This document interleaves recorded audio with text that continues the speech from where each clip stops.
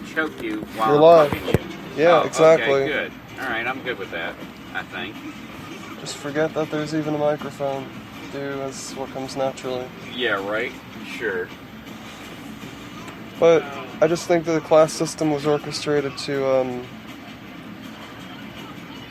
does nature do that to people, or are we just like, I wonder, when it comes down to complacency, if governments are just a part of our consciousness collectively, if people really need governments or don't need governments, if it's just an evolutionary thing, or if really we've been oppressed for thousands and thousands of years by an elite group of people who conveniently make their way to the top when they're really, actually, most of the time democratically elected. It's just like you said, there's no plans for the next guy. The next guy turns out to be an asshole. So. I don't know, why do you think that?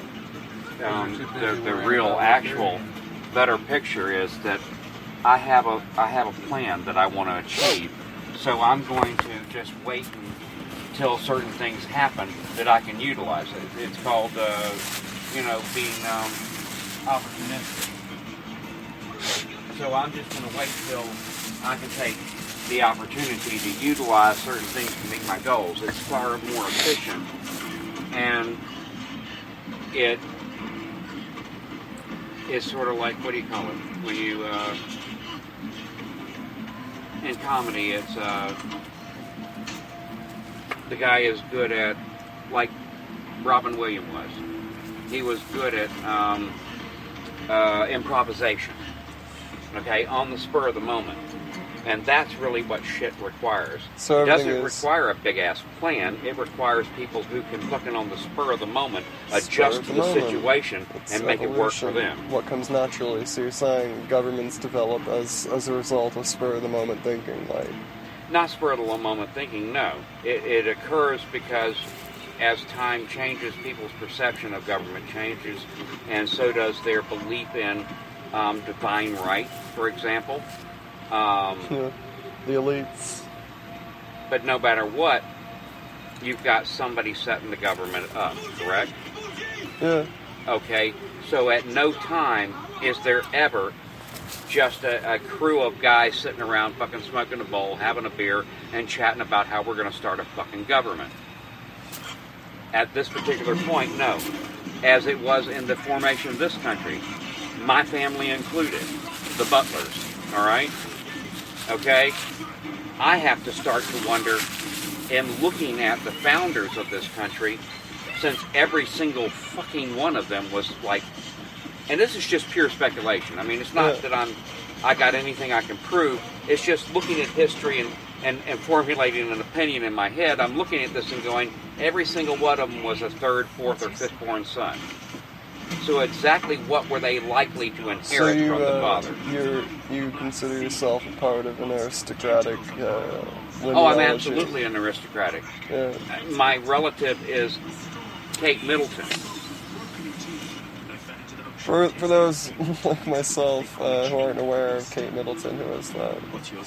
Kate Middleton is married to the future King of England, William. Yes. Yep. Okay. Okay. My relative, Pierce Butler, married the relative of theirs back in ancient times, this country, so to speak. He married Arthur Middleton's daughter. So yeah, as a distant cousin, yeah, I'm aristocratic. I can trace my ancestry back to Ireland, to the aristocracy is a relative, like you said, is it enforced? It becomes enforced by the winners. Enforced by the winners, because you have more. Well, you have people that are winning. Yeah. Okay. You have more to gain. Now here's an example. The Butlers have fallen in and out of favor. Okay. We went from being dukes. A duke.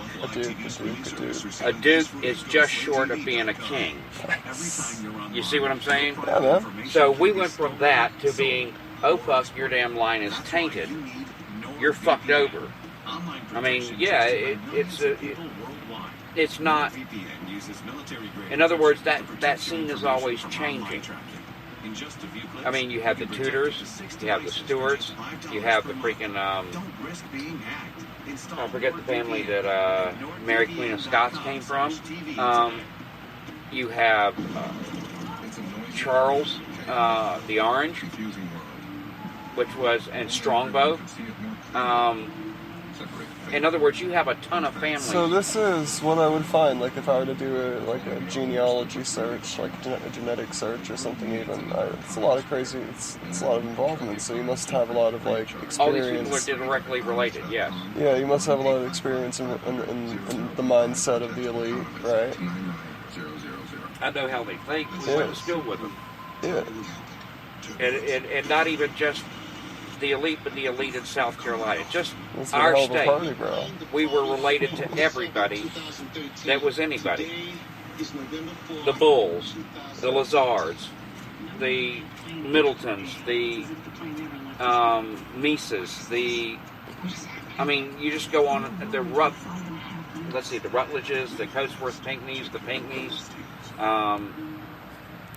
Ravenels. We're related to everyone. But I don't know, what I'm trying to say is that, yeah, you see how power works. When I call somebody in South Carolina government, they take my fucking phone call. Not because of me at all, but because my name is Butler, and they recognize the name Charlton Butler because it's shared between my cousin Charlton Butler, my father Charlton Butler, my son Charlton Butler, myself Charlton Butler, and my cousin Charlton Butler, who's in the Navy. There's 5 of us. Yeah. But we've been... Long line of that. But it's not glorification of myself. That's not the point I'm trying to make. I'm just trying to say that, yeah, I've seen a lot of the way power works and money works. And how much privilege comes with having a good pedigree. There are people that would have loved to have seen this girl, Jennifer Huntington, so the implication and I married. Is that not only is it good to be good, but good wants to keep itself in check, wants to hang on to it, secure itself, and that's just a natural tendency of having shit to lose. Well, hell, I think the Bible puts it perfectly clear when it says those in power will do all that's required to remain in power. And actually, Machiavelli kind of squares that point away too. Yeah. Machiavelli, I'm not really well read on that shit, actually. But, Machiavelli goes into things like, when you take over a town, you kill everybody in power. Because they can never be trusted. You put your own people in place. And while that's hard and seems harsh, if you want total command over a situation, you don't leave anybody of the old power structure in place. You create a new one because they're thankful they weren't executed. They're thankful they have a food on their plate. They're thankful they got a goddamn roof over their head. But you gotta be goddamn pretty fucking cruel, heartless, and single-mindedly motivated to actually execute the requirements in the young prince. If you, young prince, want to be a king, these are the things you must learn. But conversely, it means that you also must grow comfortable with being a harsh, cruel, soulless son of a bitch.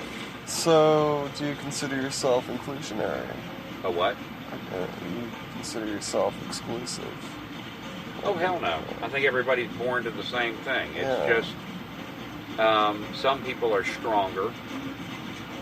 Some people are stronger and have a buddy like me, who's not really, I'm not an ass kicker.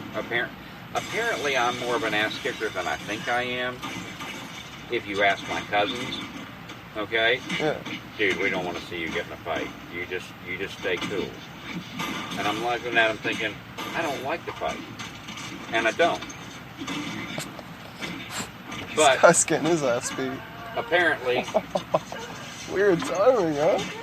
And I think that's true about a lot of people, is they're not necessarily, they don't think as well of themselves as their contemporaries and their peers might think of them.